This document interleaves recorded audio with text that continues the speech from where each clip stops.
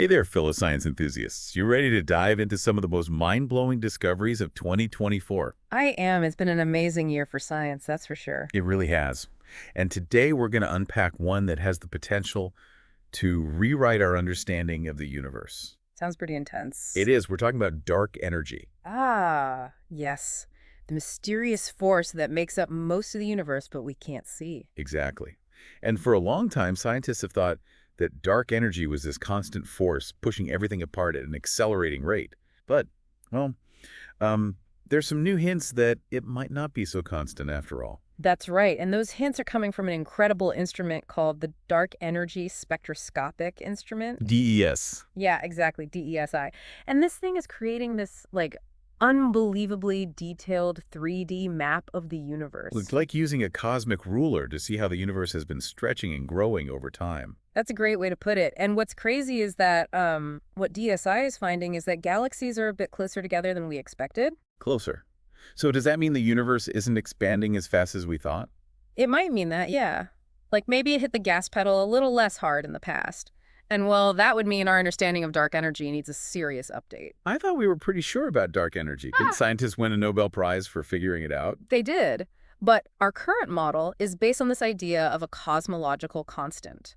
You can think of it as a fixed value that's baked into the fabric of space-time. So like a fundamental part of how the universe works. Exactly. But if DSI's findings are confirmed, it would throw a major wrench into that model. Okay, so just how confident are scientists about these findings? Well, it's not a slam dunk just yet.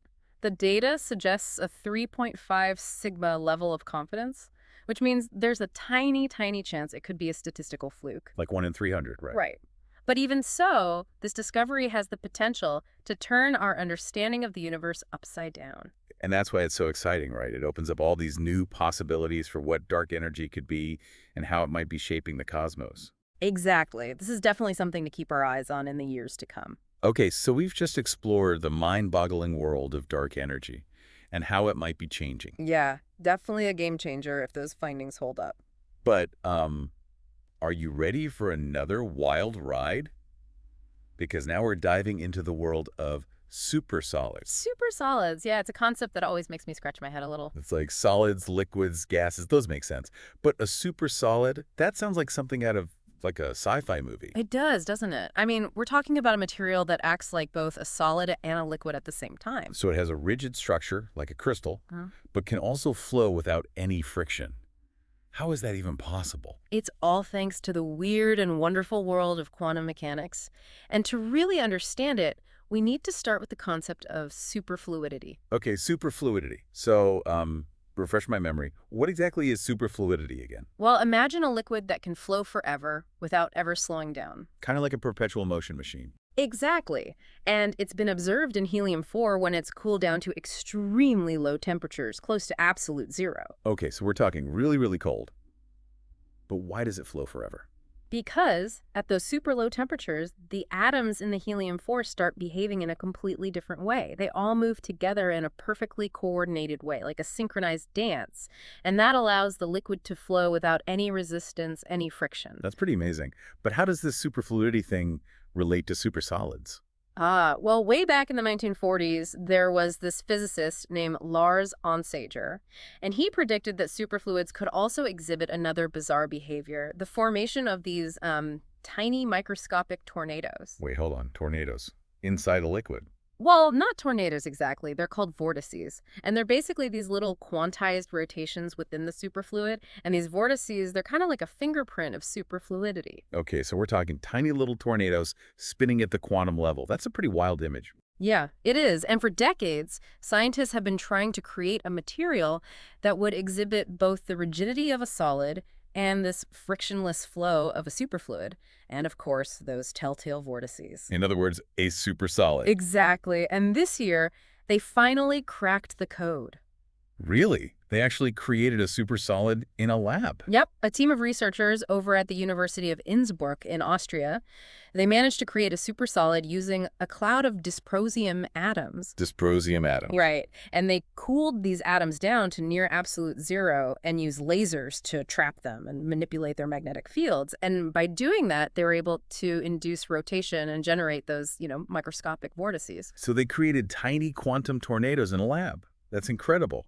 But what's even more mind-blowing is that this discovery, it might have implications that go way beyond the lab. Oh, yeah, definitely. See, astrophysicists have thought for a while now that the inner crust of neutron stars, those incredibly dense stars, might actually be in a supersolid state. So we're talking about something created in a lab, here on Earth, that might also be happening inside these incredibly extreme objects out in space.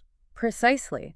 And if that's true, then studying supersolids in the lab could help us to unlock some of the mysteries surrounding neutron stars. Like those sudden changes in their rotation speed, what we call glitches. Wow. It's amazing to think that something so small, something we can create in a lab, could help us to understand something so massive and so far away.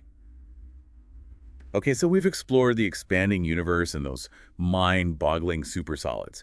Now get ready for another trip because we're going deep into a world where, well, shapes might just hold the key to the universe. Quantum geometry. It really is a fascinating area, where physics and geometry just collide. Yeah, I have to admit it's a bit intimidating for someone like me, who just barely scraped by in high school geometry. But I'm really hoping you can help break it down for us. Of course, I'll do my best. Okay, so what is quantum geometry? And, why should we even care about it? Well, you see, for ages, physicists have relied on these things called Feynman diagrams. Feynman diagrams. Right. And these diagrams, they're basically visual representations of all the ways particles can interact, when they collide. It's like a roadmap of all the possible outcomes. Okay, so little diagrams with, lines and squiggles representing particles and forces.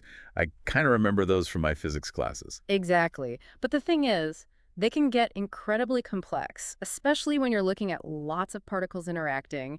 It's like trying to solve a maze with a million paths, and it's really tough. So then where does geometry come into all of this? Are we saying there's a simpler way to understand these particle interactions? Yeah, that's the whole idea. What if instead of drawing out all these ridiculously complicated diagrams, we could use geometric shapes to figure out those probabilities? So instead of a maze, we have, a shape.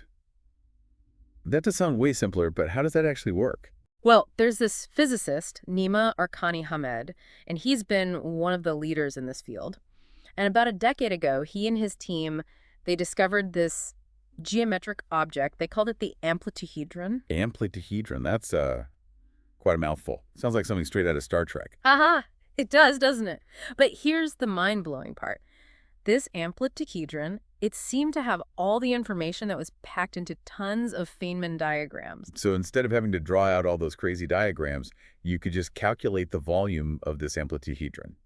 And that would give you the probability of something happening. Exactly. It was a huge deal. That is wild. But it sounds a little too good to be true. Was there a catch? There was. See, the original amplituhedron, it didn't really work for every type of particle, and it didn't quite explain everything about the quantum world. Oh, so that's where the story ends. Or did someone pick up the ball and run with it? That's where it gets even cooler. Just this year, a physicist named Carolina Figueiredo, she made a pretty big discovery. She was studying a different geometric object called the icosahedron. Okay, another sci-fi name. So, tell me about this icosahedron. Well, she was looking at these particle interactions that almost never happen, like incredibly unlikely collisions.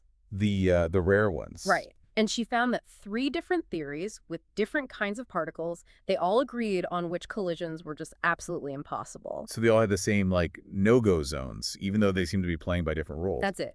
And that pointed to something deeper going on, some kind of master object that was behind all 3 theories. Okay, so what was this master object? Turns out it was a geometric surface, a shape, and you could use it to calculate the probabilities for all 3 theories. Including those with real particles. So she found a geometric shortcut to understanding the real world. That's incredible. Yeah. Does this mean we can just toss out those Feynman diagrams and just do geometry from now on? Not quite yet. Those diagrams are still really useful. But this discovery, it's a whole new way of thinking about particle physics. It's saying that there might be this hidden geometric code underlying everything, a code that could make figuring out particle interactions much simpler, much more elegant. That is mind-blowing. It really makes you wonder what other secrets about the universe might be hiding in plain sight. That's the beauty of science, isn't it? There's always something new to discover, something new to understand, and this is just the beginning for quantum geometry.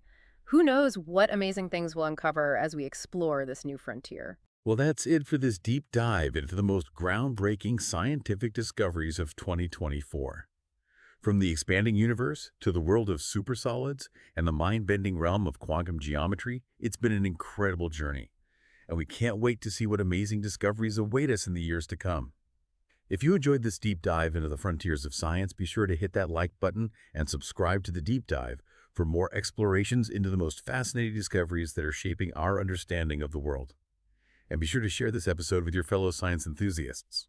Until next time, keep those minds curious and never stop exploring the wonders of the cosmos.